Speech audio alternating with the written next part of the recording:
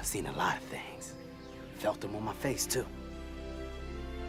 I can never take that moment back. Oh, that's funny to you guys. I mean, kinda. Mosquito. That's what you get! You laugh at me, you die! Fly the plane! It's a helicopter. Rick. Hey, Spencer, listen to me. Hurry up. Hurry up. But we are all dead. This is gonna be it. This is it. You hurry up and fix that helicopter. Album mark. Action.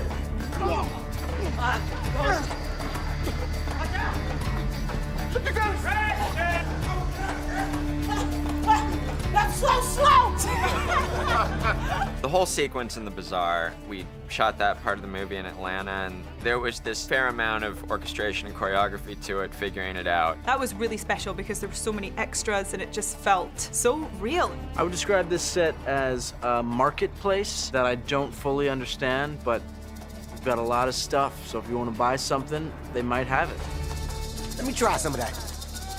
3, 2, 1, move.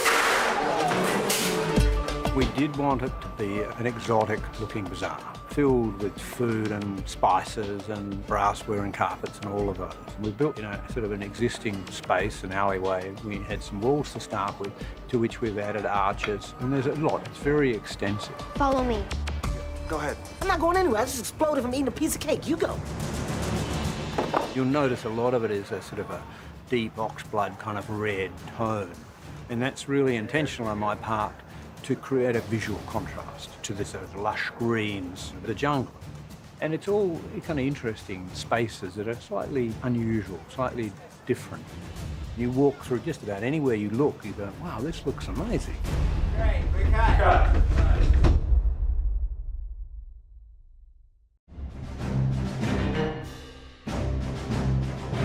When you talk to them about the original movie, I think people love the idea that giant animals came crashing into their world.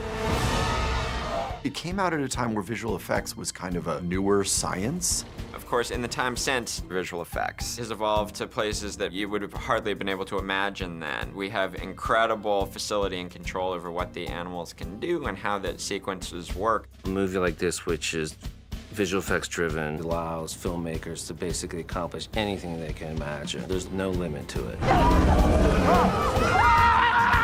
It was important to me, if an alligator shows up, it should look like a real alligator.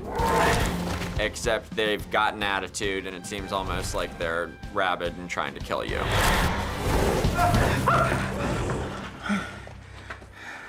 Hi there. Hi. Okay, so we all have 3 lives. And the way we find out about that is I'm talking to the group, and then I don't see behind me there's a giant hippo. Eats me whole. I mean, Jake wants to make sure they're really making the animals fun and at the same time dangerous and believable.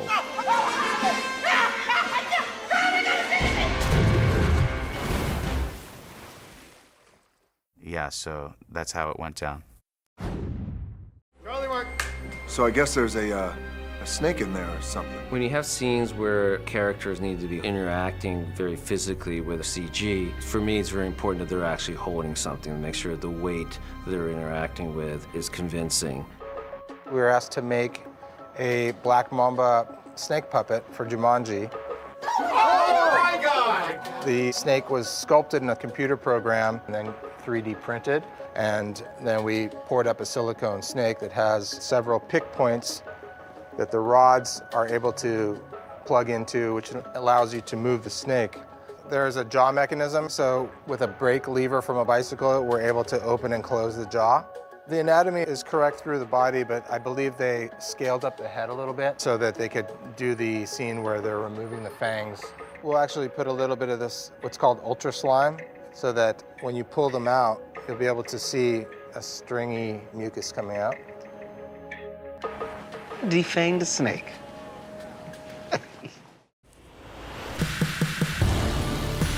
For the in sequence involving the Jaguar head. We've spent a month designing it.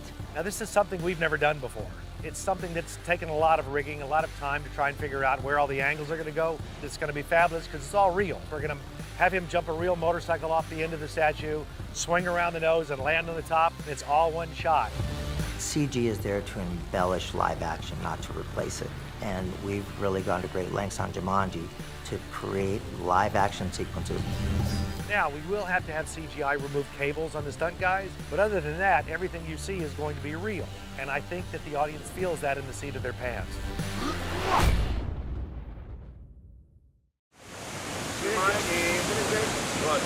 To the whole crew.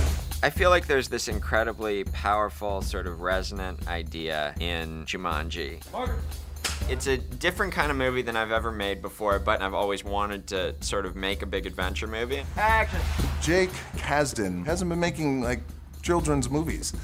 He's making rated R, funny-ass movies. I've been a big fan of his work for a long time, so to get the chance to work with him was really exciting for me. I should give you a cue, Nick. He comes from a comedy background, which I think is so perfect for this movie because the whole scenario is so ridiculous in the best way. I'm an overweight middle-aged man. This can't actually be happening. One of my favorite directors to work with, Jake Kasdan. He's super smart. He's super funny. Immediately, I was intrigued. I wanted to jump in and party with him again. Once you see the snake, it's like, what do we do? Okay, you do. Who's good at it? He knows how to tweak my brain to make the best acting happen. He's a good acting scientist. Jake, at this point, I'm thinking a good director is going to get what he wants and also say, I want you to also add some of you in here. We definitely had the freedom to do that. Great, we cut. The moment Jake yells action and we get into it, it was just the best experience. Everybody, real quick, happy birthday to Jake. He's doing an amazing job. Director Jake, it's your birthday. Happy birthday, man. DJ, give him the gift. We got him. All right, I got it. I give him the gift. You got